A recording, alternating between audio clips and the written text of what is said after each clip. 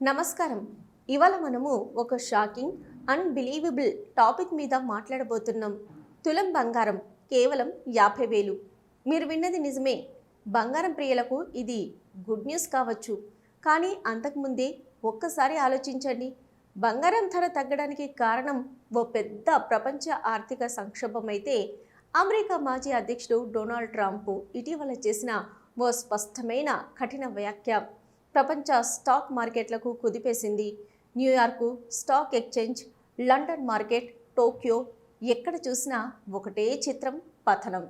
ఇది యాదృచ్ఛికం కాదు. ఇది గ్లోబల్ ఇన్వెస్టర్లపై మానసిక దిబ్బ వేసింది. పెట్టుబడిదారుల చేతులు వెనక్కి తీసుకున్నాయి. ఇక ఈ ప్రభావం మనకు ఎలా కనిపించింది? సెన్సెక్స్, నిఫ్టీ ఇవి కూడా రికార్డు స్థాయిలో క్షీణించాయి. సాధారణంగా మార్కెట్ పడితే బంగారం పెరగాలి కదా. ఇలాంటి పరిస్థితుల్లో సాధారణంగా బంగారం సేఫ్ హ్యావెన్ అసెట్గా ముందుంటుంది. గతంలో ఎన్నోసార్లు చూసాం. స్టాక్ మార్కెట్లు పడినప్పుడు బంగారం ధరలు ఆకాశాన్ని తాకాయి. ఇది ఎందుకంటే ప్రజల నమ్మకం బంగారంపై బలంగా ఉంటుంది. అది రిస్క్ ఫ్రీ అని భావిస్తారు. కానీ ఈసారి కథ వేరేగా ఉంది. మార్కెట్లు పడిపోయినా బంగారం కూడా పడిపోయింది. అంటే ఇది చిన్న విషయం కాదు. ఇది ఒక ఆర్థిక మోడ్ షిఫ్ట్. బంగారం ధర ఎందుకు తగ్గుతుంది?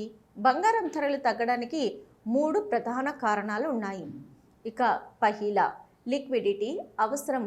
మార్కెట్ కుప్పకూలినప్పుడు ఇన్వెస్టర్లు తక్షణ అవసరాల కోసం డబ్బును విత్డ్రా చేస్తారు.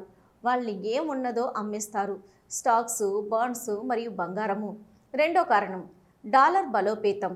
అమెరికన్ డాలర్ బలపడినప్పుడు బంగారం ధరలు తక్కువయ్యే ఛాన్స్ ఎక్కువ. ఎందుకంటే బంగారం ప్రధానంగా డాలర్ ఆధారంగా ట్రేడ్ అవుతుంది. మూడోది ఇన్వెస్టర్ సెంటిమెంట్. ఈ సంక్షోభం వల్ల ప్రజల్లో భయం పెరిగింది. ఈ భయంతో పెట్టుబడి పెట్టాలా లేక డబ్బులను చేతిలో ఉంచుకోవాలా అనే గందరగోళం. దీంతో బంగారం పైన నమ్మకం తక్కువవుతుంది. ఇదే ట్రెండ్ కొనసాగుతుందా? ముందు ఏమవుతుంది? ఇది ఒక చిన్న షాక్ కాదు. ఇది ఒక ట్రెండ్ షిఫ్ట్.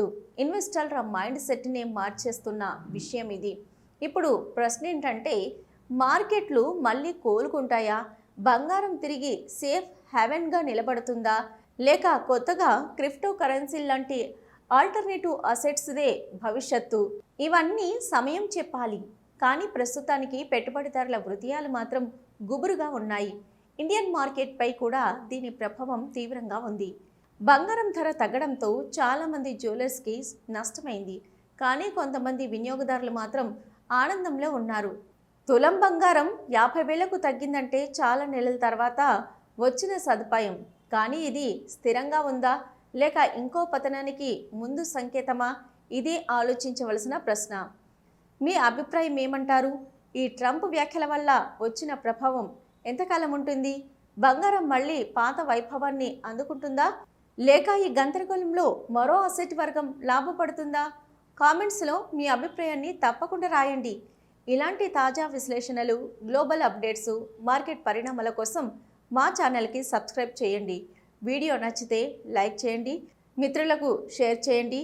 మీ మద్దతే మాకు ప్రేరణ. ఇప్పటికంతే. మళ్ళీ మరో రివ్యూతో, మరో అనాలిసిస్తో కలుద్దాం. జై హింద్.